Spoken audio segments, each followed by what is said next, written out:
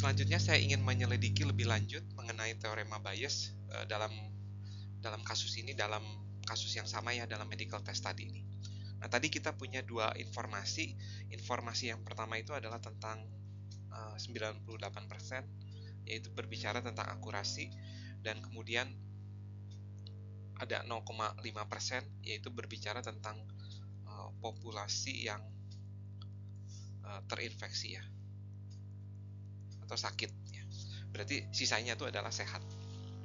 Nah, sekarang di sini saya ambil satu contoh aja. Jadi misalkan populasinya itu ada 1000 orang ya, 1000 orang, agar lebih mudah. Oke. Nah, sekarang ada dua kasus. Kasus pertama itu yang bagian atas ini adalah yang kita bagi berdasarkan infeksi dan terinfeksi dan sehat ya. Nah, karena ada 0,5% yang terinfeksi, berarti dari 1000 orang itu hanya ada 5 orang yang terinfeksi. Sementara sisanya sehat. Ya. Nah, kemudian dari semua yang terinfeksi, kita tes bisa positif, bisa negatif. Ya. Kalau seandainya dia positif, berarti ini adalah kejadian di mana medical test tersebut itu akurat. Kalau dia terinfeksi tapi ternyata medical testnya negatif, berarti ini adalah false negatif. Begitu pula dengan yang kasus yang bawah, ketika dia healthy tetapi dia positif, berarti dia adalah false positif. Dan yang bawah itu berarti akurat. Nah, sekarang kita hitung yang akuratnya dulu. Kenapa? Karena kita udah tahu 98% ya.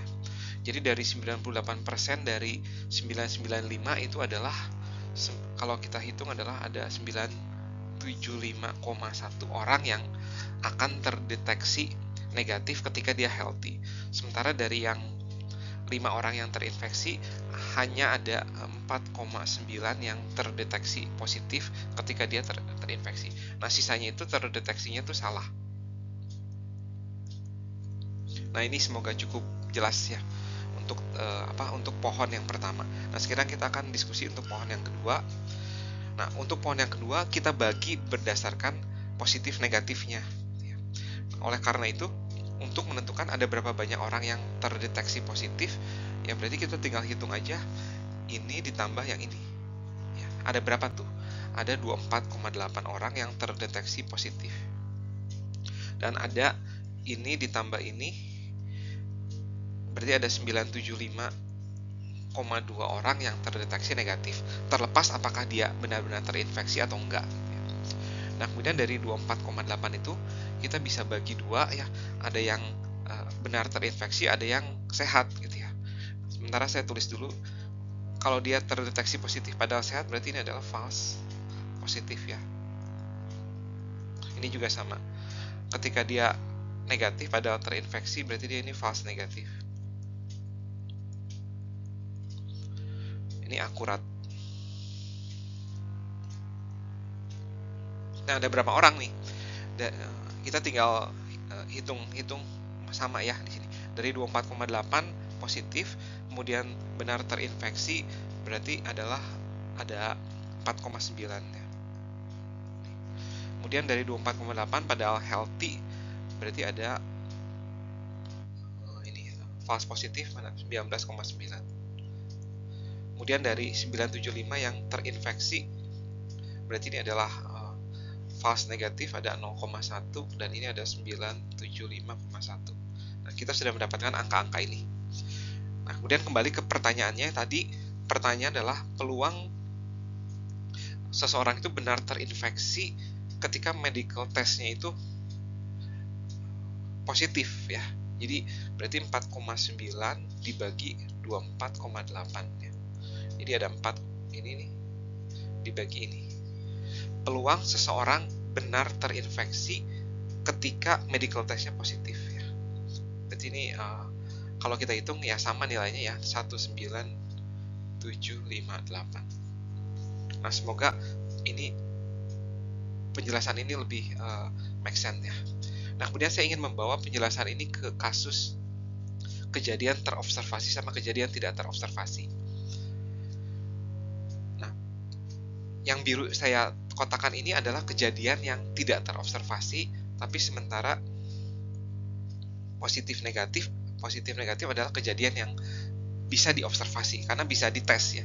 Kalau kita tes kan berarti kita tahu ya, berarti ini adalah kejadian yang terobservasi. Sementara yang biru ini adalah kejadian yang tidak terobservasi. Kita tidak tahu orang tersebut itu benar terinfeksi atau tidak gitu. Yang kita bisa lakukan adalah kita tes. Nah, berarti yang tes tersebut adalah kejadian yang terobservasi, sementara yang biru adalah kejadian yang tidak terobservasi.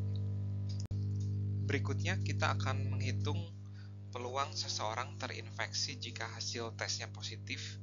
Namun kali ini kita akan menggunakan simulasi pada R. Nah, di sini kita ada 3 blok. Nah, saya akan jelaskan dulu yang blok yang pertama. Nah, di sini kita akan mensimulasikan orang-orang yang sehat dan orang-orang yang sakit. Di sini saya ada contoh, saya di sini menggunakan 10 pangkat 5 atau ada 100.000 orang. Nah, jadi dari 100.000 orang ini saya ambil 0,995 sebagai orang yang sehat, kemudian 0,005 sebagai orang yang sakit. Nah, data ini dari soal. Nah, tentu saja karena ini adalah proses random, yang saya dapatkan tidak eksak ya. Jadi di sini saya mendapatkan orang-orang yang sehat totalnya ada 99.511 dan sisanya 489 adalah orang-orang yang terinfeksi. Nah, kemudian dalam blok kedua kita akan mensimulasikan orang-orang yang hasil tesnya positif dan hasil tesnya negatif. Nah, kita akan menggunakan peubah acak binomial. Nah, kita menggunakan R binom namanya ya, untuk membangkitkan peubah acak binomial.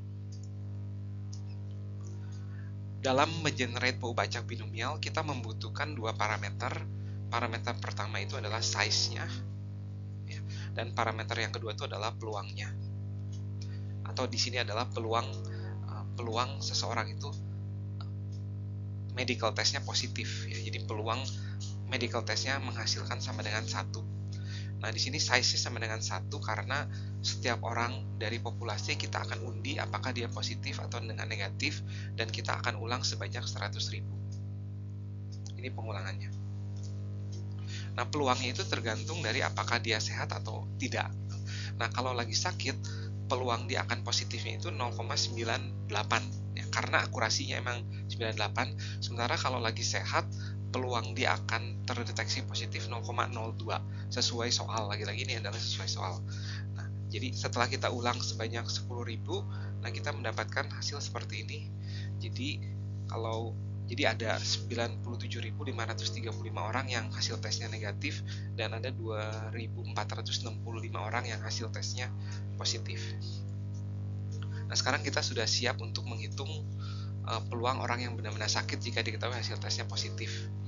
Nah, kita akan hitung di blok ketiga, di mana kita akan mensimulasikan lagi berapa banyak orang yang positif dan negatif. Namun pengulangannya itu akan kita lakukan sebanyak orang-orang yang sudah diketahui sakit.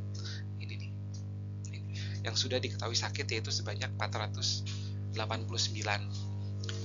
Lagi-lagi karena kita sudah ketahui orang-orang ini sakit, berarti peluang dia akan positifnya itu sudah kita ketahui, yaitu 0,98. Dan saya mendapatkan bahwa dari 489 orang itu ada 16 yang hasil tesnya negatif dan ada 473 yang hasil tesnya positif. Nah, sekarang kita sudah siap untuk menghitung peluang orang-orang yang benar-benar sakit jika diketahui hasil tesnya positif.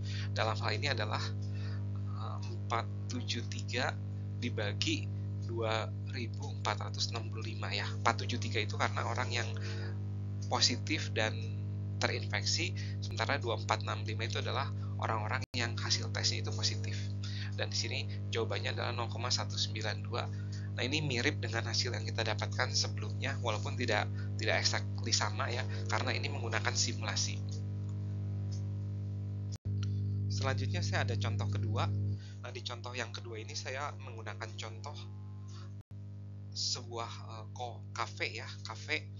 Nah, di kafe ini tuh ada dua tipe barista ya. Barista yang pertama adalah barista yang sudah experience, yang kita sebut dengan E. Kemudian barista yang kedua itu adalah barista yang masih trainee ya. Nah, peluang barista itu bekerja itu di sini 5 hari seminggu ya yang experience, berarti 5/7. Sementara peluang yang trainee bekerja itu 2/7 ya. Nah, kemudian setiap barista itu mempunyai kecenderungan membuat kopi itu berbeda-beda ya. Jadi barista yang experience membuat kopi yang enak sekali itu atau excellence itu 80% ya, peluangnya 0,8. Kopinya itu good, biasa saja adalah 0,15. Dan kalau kopinya itu tidak enak atau bad gitu ya, bad coffee 0,05. Itu adalah distribusi peluang jika yang bekerja itu adalah barista yang experience. Sementara kalau baristanya masih trainee, peluang dia membuat kopi yang excellence itu hanya 20% atau 0,2. Kemudian peluang dia membuat kopi yang biasa saja adalah 50%. Dan yang terakhir, peluang dia membuat kopi yang tidak enak atau bad coffee itu adalah 30%, 0,3. Nah, di sini pertanyaannya itu adalah berapakah peluang kita mendapatkan kopi yang biasa saja ketika dalam suatu hari kita datang ke coffee. Nah, kita nggak tahu nih yang bekerja itu apakah experience barista atau yang masih trainee ya. Nah, jadi kita di sini kita ingin menghitung peluang kita mendapatkan good coffee. Ini berapa? Terlepas dari yang bekerjanya itu experience ataupun trainee. Nah, kita bisa menjawab ini dengan menggunakan teorema Bayes poin yang kedua, jika Anda masih ingat.